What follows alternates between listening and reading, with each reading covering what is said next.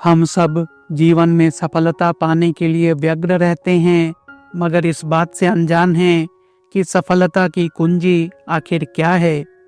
प्रस्तुत सीरीज इसी प्रश्न का उत्तर देती है। आचार्य श्री राम शर्मा की लघु पुस्तिका पर आधारित इस सीरीज में आज हम जानेंगे कि अपना मनोबल या कॉन्फिडेंस कैसे बढ़ा सकते हैं और इससे क्या लाभ है। पिछले भागों का लिंक डिस्क्रिप्शन और आई बटन में दिया है।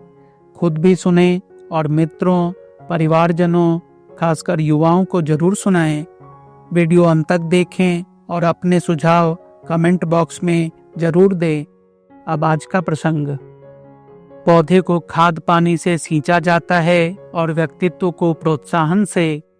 आत्मगौरव का अनुभव किया जाना चाहिए और कराया जाना चाहिए।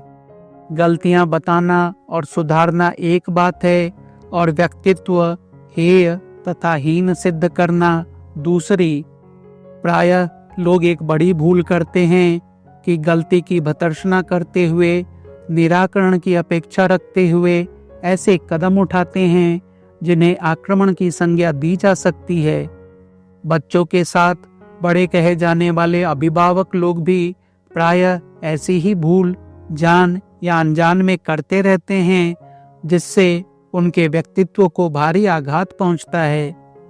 किसी गलती को मूर्खता कहा जा सकता है और उसे सुधारने पर बुद्धिमान कहलाने का रास्ता बनाया जा सकता है, किंतु किसी को मूर्ख, मंदबुद्धि, असभ्य, बेसहूर आदि कहते रहने से अनायास ही बड़ों के उस निर्देश अनुदान को अंतः चेतना स्वीकार करती चली जाती है और क्रमशः हीनता के परत इतने मजबूत हो जाते हैं कि बच्चा सचमुच ही मंदबुद्धि, बेसहूर और मूर्ख बन जाता है।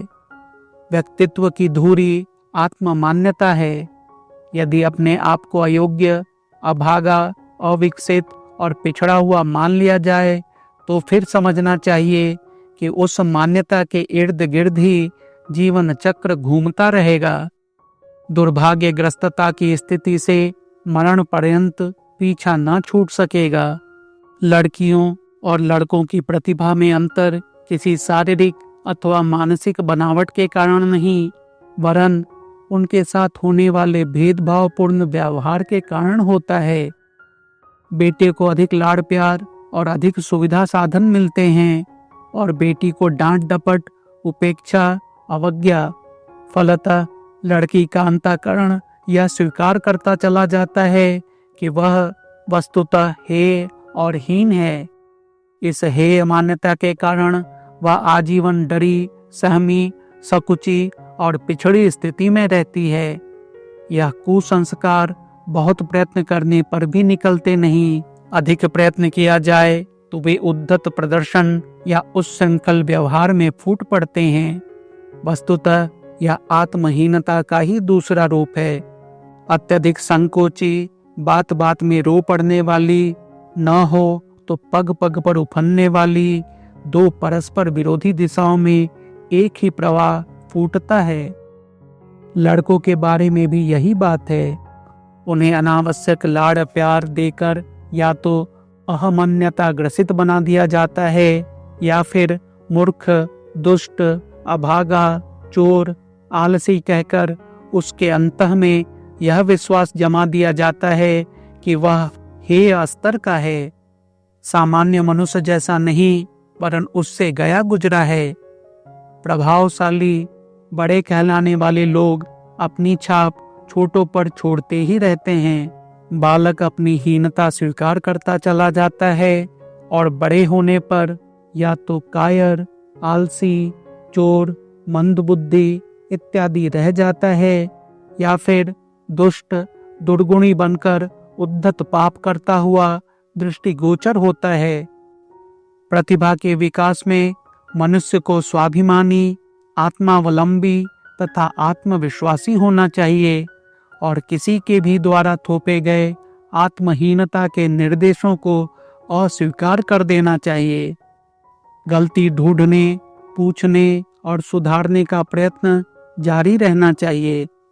वस्तुतः अधिक योग्य बनने का रचनात्मक प्रयास और उत्कर्ष का क्रमिक विकास तो महान से महान व्यक्तियों को भी इसी प्रकार अपनाना पड़ता है।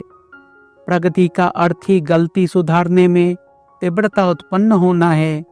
यह क्रम पूछने बताने से और भी अधिक सही होता है, पर वह रचनात्मक होना चाहिए। मनुष्यता का मूल्य समझने वाले प्रत्येक विवेकवान व्यक्ति का दृष्टिकोण यह होना चाहिए कि किसी के व्यक्तित्व पर आक्रमण न करे। बड़ा सांड छोटे बछड़े के पेट में सींग घुसेड़ सकता है। बड़ा कुत्ता छोटे कुत्ते की गर्दन दांतों से फफेड़ सकता है, पर ऐसा व्यवहार मनुष्य को मनुष्य के साथ तो नहीं ही करना चाहिए। व्यक्तित्व को छोटा, घटिया, गया बीता बताना, उसके भविष्य को अंधकारमय बताना उतना ही बुरा है जितना उसके साथ किए गए किसी भी दुर्व्यवहार को माना जा सकता है। बलवान दुर्बल को पछाड़कर उसका कचूमर निकाल सकते हैं। इसी प्रकार प्रभावशाली, शक्ति संपन्न व्यक्ति छोटे लोगों को हेय, हीन ठहराकर उसके मनोबल को तोड़ सकते हैं। यह बुद्धि एवं प्रतिभा का आक्रमणात्मक दुरुपयोग है। हमें रचनात्मक सुझाव देने चाहिए। यह काम बुरा हुआ, इसकी इतनी अधिक व्याख्या करने की जरूरत नहीं है जितनी कि सुधार के लिए जो किया जा सकता है उसका सुझाव देने की। सुझाव रचनात्मक होते हैं, उनसे दिशा मिलती है और लाभ होता है, किंतु भर्त्सना से मन छोटा होता है। तिरस्कार के फलस्वरूप द्वेष, दुर्भाव की खाई चौड़ी होने के अतिरिक्त और कोई प्रयोजन सिद्ध नहीं होता। गलती से होने वाली हानि और सुधार का तरीका अपनाने का लाभ तुलनात्मक रीति से समझाया जा सकता है। दूसरे के दबाव से, परिस्थितियों से, अपनी आत्म अवज्ञा से आत्महीनता की मनोवैज्ञानिक ग्रंथि बनती है और उसके कारण व्यक्तित्व बहुत ही दीन और दुर्बल बन जाता है। ऐसे व्यक्ति दब्बू, संकोची, चापलूस, हाँ में हाँ मिलाने वाले, असहमति को प्रकट न कर सकने वाले, भीतर ही भीतर खींचे रूठे रहने वाले होते हैं। उनसे कोई बेगार ले सकता है, ठग सकता है। साहस के अभाव में वे यह तक प्रकट नहीं कर सकते कि उनसे जो कुछ कराया जा रहा है, जो वे कर रहे हैं, उसमें उनकी स्वेच्छा नहीं है।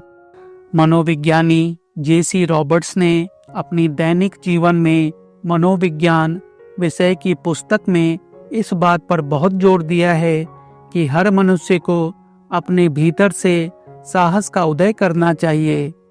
अपने आप को सबसे बड़ा न सही, कम से कम सबसे अयोग्य मानना तो बंद कर ही देना चाहिए। परमात्मा ने प्रत्येक व्यक्ति को लगभग समान स्तर की क्षमता प्रदान की है। सबके भीतर प्रगति के बीज छिपे पड़े हैं और हर कोई अपनी सामर्थ्य को विकसित करने में समर्थ है। अंतर इतना ही रहता है कि साहसी लोग अपने को पहचानते हैं, अपने ऊपर भरोसा करते हैं और अपनी श्रेष्ठता से साथियों को प्रभावित करके अपना सम्मान, सद्भाव एवं सहयोग संपादित करते हैं। इसके विपरीत दब्बू लोग यह छाप छोड़ते हैं कि इनसे किसी को कुछ मिलता तो है ही नहीं, उल्टे सदा भार और सिरदर्द सिद्ध होते रहेंगे। इसीलिए इनसे तो बचना ही ठीक है। हर व्यक्ति एक दूसरे से कुछ चाहता है और इस आशा से मैत्री करता है कि उनके संपर्क में प्रसन्नता और प्रगति की संभावना बढ़ेगी। जो इस कसौटी पर खरे उतरते हैं, उनके स्नेही, समर्थक और सहयोगी सहज में ही बढ़ते जाते हैं। इसी संचय से मनुष्य उन साधनों से संपन्न बनता है जो अंतरंग बहिरंग प्रगति का पथ प्रशस्त करते हैं। आत्महीनता से ग्रसित व्यक्ति का मित्र वह है जो सदा उसके गुणों की चर्चा करे, प्रतिभा को निखारे, प्रशंसा करे और प्रोत्साहन प्रदान करे।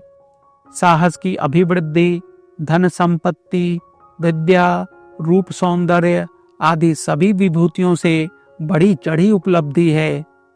साहस जीतता है, आत्मबल सबसे बड़ा बल है। आत्मविश्वास और हिम्मत के साथ जिस दिशा में भी बढ़ा जाएगा उसी में सफलता मिलती चली जाएगी।